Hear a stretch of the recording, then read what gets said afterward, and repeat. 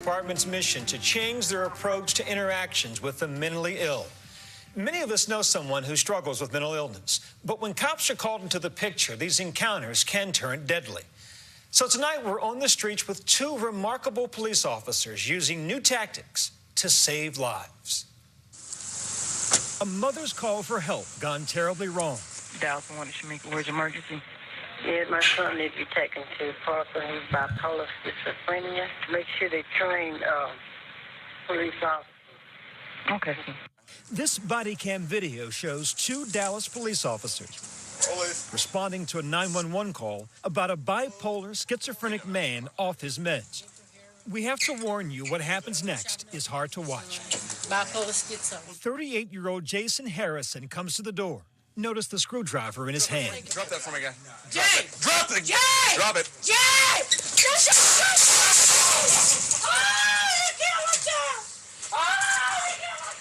Bravo, 7 Drop it. Shots fired.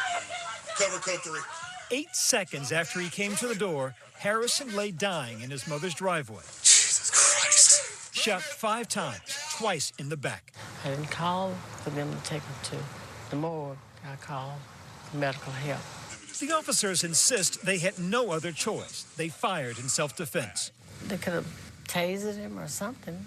They didn't have to come out straight with the deadly force. A grand jury declined to indict. The Harrison family is now suing the officers and the city of Dallas, who have sought to dismiss the lawsuit, arguing use of force was reasonable under the circumstances. The training that these guys are lacking is what needs to be changed. Jason Harrison's name has now become one among many others. Names like Laval Hall, Dontre Hamilton, and James Boyd, Americans described by their families as mentally ill, who've ended up on the wrong side of an officer's gun, in what many, even inside law enforcement, are calling a crisis in American policing. And what I can't stress enough, and I truly feel in my heart, is that this is the future of policing. Just hours from where Jason Harrison was killed, a specialized team is working to revolutionize policing from within.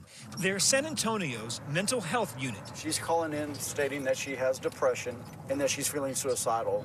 Meet Patrolman Joe Smara and Ernie Stevens. They're tasked with responding to calls involving emotionally disturbed persons anywhere in the city. Hi, my name's Ernie. You call the police? But I promise you that I'm not like any police officer that you've probably ever met. Today, it's a young woman who called 911 contemplating suicide. Have you ever attempted suicide in the past? No. No. I don't even know how to do it. Okay, so you don't have a plan right now? No. These officers are experts in what's called crisis intervention training. Would you say that you really don't want to die, but you want the pain to stop? Would that Yeah, be? Okay. I Okay.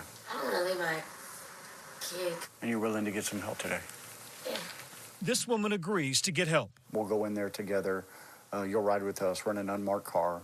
It's all part of a pioneering program where the mentally ill are diverted out of jails and into treatment. How is your approach different from the average cop, if you will? It's actually the complete opposite. We're in plain clothes. We have an unmarked car. You know, we walk in, it's not, hey, I'm Officer Smaro, this is Officer Stevens. It's, how you doing, Byron? My name is Joe. This is Ernie. We're just here to help you.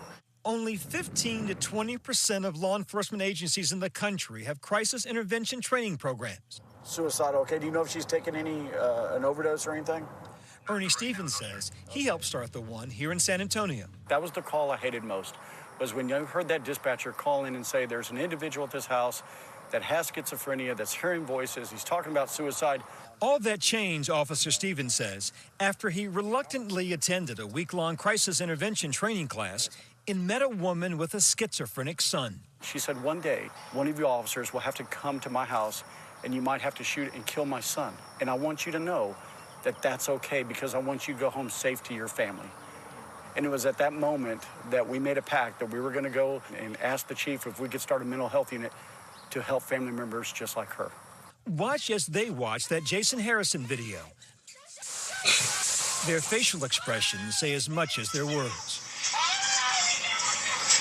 You know, talking to family members here in San Antonio, this is their biggest fear of calling the police. That's why the training is so important. According to a survey by the Police Executive Research Forum, new recruits typically spend 60 hours learning to handle a gun compared to 8 hours learning strategies for handling the mentally ill. Look at our police academies. How close do they mimic military boot camps? The only difference a lot of the times is you get to go home at the end of the day, but there's still that in your face, that high intensity, yelling, training. That's great. But then when you graduate, you go to the streets of my 18-year-old daughter is wanting to kill herself. All of a sudden, we gotta calm down. For Joe, this work is personal. As a Marine Corps veteran, he's battled PTSD.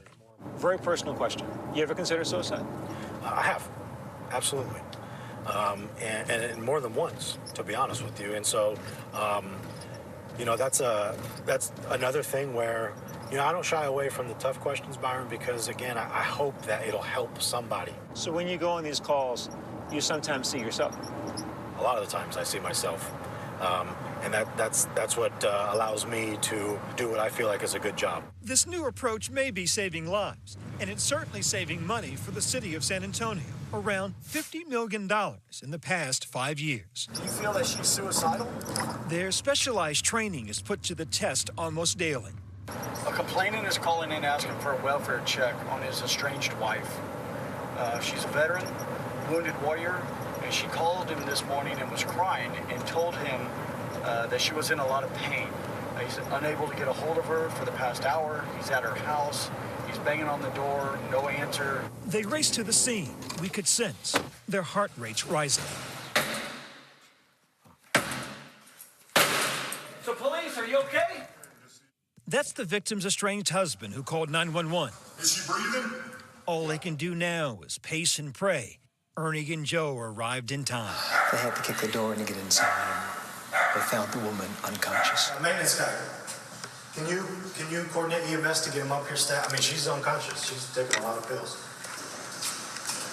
We found her face down in her bathroom with a lot of pills, empty pill bottles, at least 7. We tried to do what we could until EMS got here. We do have a faint pulse. My heart's broken for her. Sad for the family, sad for the husband. You know, you just wish you could do more.